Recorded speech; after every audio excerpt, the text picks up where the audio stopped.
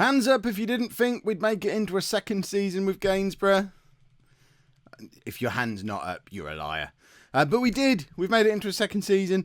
I guess we need to do something other than just avoid relegation this season, though, or else surely they've got to sack me this time.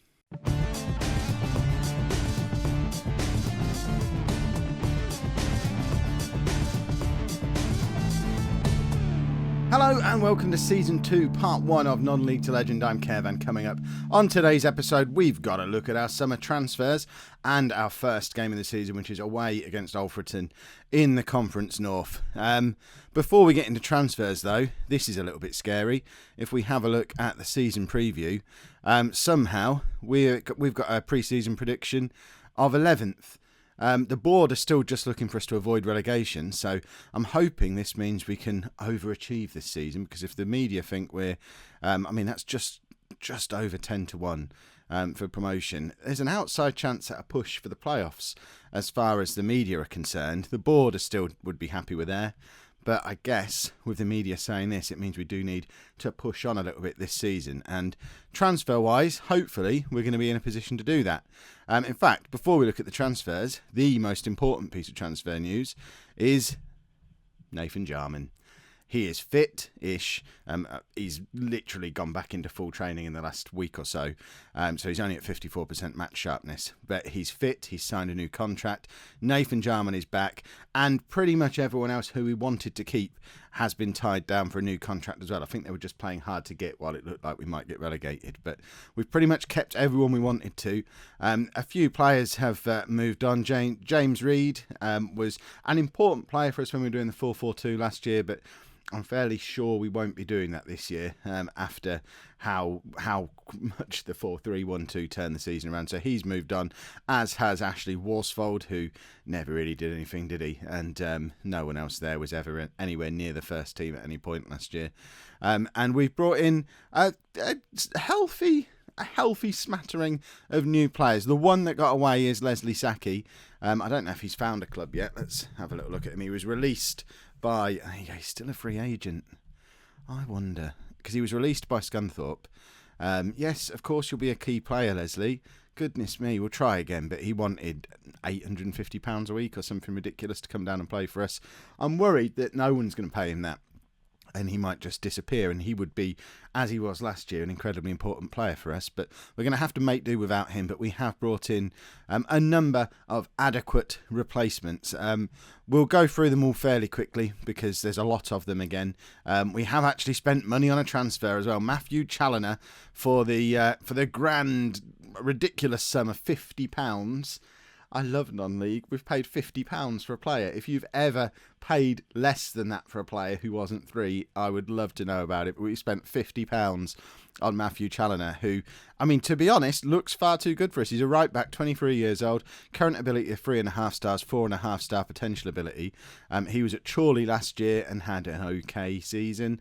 But I think he's going to be incredibly important for us, and crucially can play wing back. So if we do decide to mix the system up a little bit this year, we can mix it up more towards a 5-3-2, which we've got a bit of previous experience with at this level, rather than having to go down the 4-4-2 route again, which just stopped us from scoring goals. We'll race through the rest of the signings, though. You'll get to know them as the season goes on, as usual.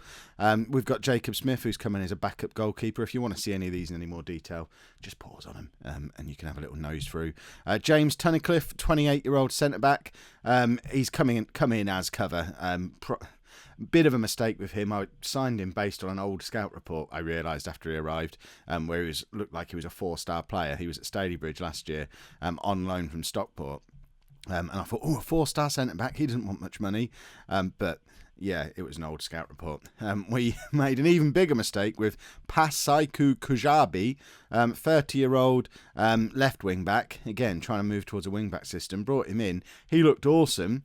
But then once he arrived, I realised I hadn't read this screen properly and he didn't have a work permit. So we had to pay him 10 grand to get rid of him because he didn't have a work permit. There was no point keeping him around. He was going to be on a lot of money. We saved 5 grand over the course of the season by paying him off. But that, at our level, when our highest transfer was £50, having to pay £10,000 to a player to make them go away, that's going to come back and haunt us, I'm sure it is. Joe Parker is a 22-year-old striker, again with bags of potential.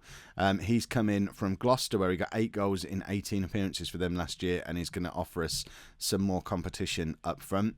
And then we've brought in a couple of players, 3 players on loan from Scunthorpe. Adam Kelsey, who is another backup goalkeeper with a lot of potential. Kyle Porter, who's going to be a central midfielder. Again, lots of potential. Will offer us some competition in what those 3 central midfield spots, as will George Hornshaw, who is another teenage central midfielder who we're probably going to see a fair bit of, I would think. Terry Galbraith is a 27-year-old left-back. He's roughly equivalent ability to David Roberts, so it'll take a little bit of time for us to decide which one of them is our first choice, but we've got some strength in depth at full-back on both sides. Now we've still got Jack Gurr as backup to Challoner at right-back as well, so we've got adequate cover at full-backs now, which we didn't have last year. Jordan Wright is a bit of a wild card because really he's a winger, and we're probably not going to be playing with wingers, but we've brought him in because he's got a lot of ability, a lot of potential. He can play as an attacking midfielder. It's not his natural position though, so as an attacking midfielder, centre, he's only 2 stars, so not as good as Pedro Carneiro.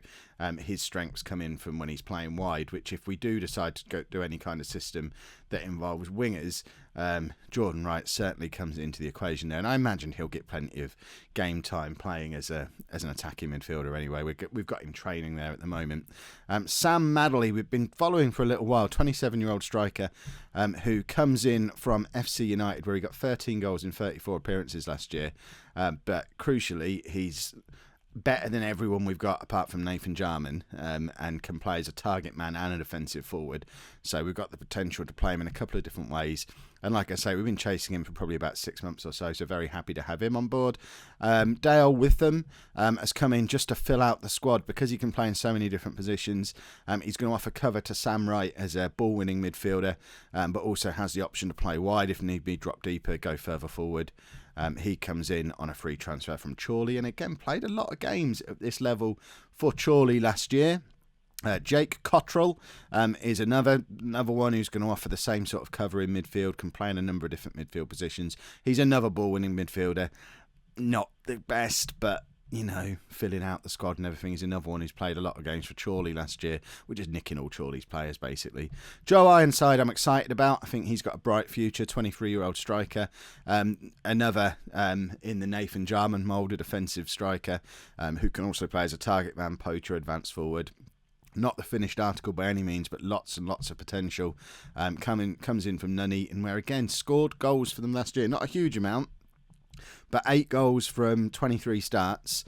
That's not a bad return for a young striker, and hopefully we can get some magic out of him. Frankie Masonda comes in as our replacement for Saki, as our loanee centre-back, who's young and good, 19 years old.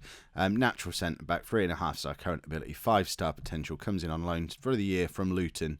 And ideally we'd love to bring Saki back to play alongside him. And then to round out the summer signings, we have Joe Cook, who is another centre-back who's going to be challenging for a first-team spot, 3-star current ability, 5-star potential, and he comes in from Sheffield Wednesday, and the media got all excited that we'd brought in a player from Sheffield Wednesday, so hopefully he's going to turn out to be a little bit special. So tactic-wise, we're going to be sticking with the system that saved us last year. We'd be mad not to play this, really. So this is the team for today's game. We've got Willis in goal, a back four of Roberts, Picton, Cook and Challoner, with Sparrow, Witham and Douglas in midfield. Right in behind, Elliott and Jarman. So Nathan Jarman is going to play despite not being close to match fitness, but really because they've had a good old-fashioned Kev pre-season. No one's that close to match fitness. That will hopefully be less of an issue this year, though, because we have under 23 teams in a league and an under 18 team in a league, so there's going to be plenty of opportunity for squad players to actually go out and get some football, which we really massively suffered with last year, most notably when we got the injury to Nathan Jarman, because it was just a massive problem. We had no one fit to come in and take his place. So we'll go with this today. I know it looks a lot like last year's team that only just escaped from relegation, but the thing I've got in my mind is, yes, this team only just escaped from relegation, but that form in the last 4 games, we played the 2 best teams in the division and picked up 4 points.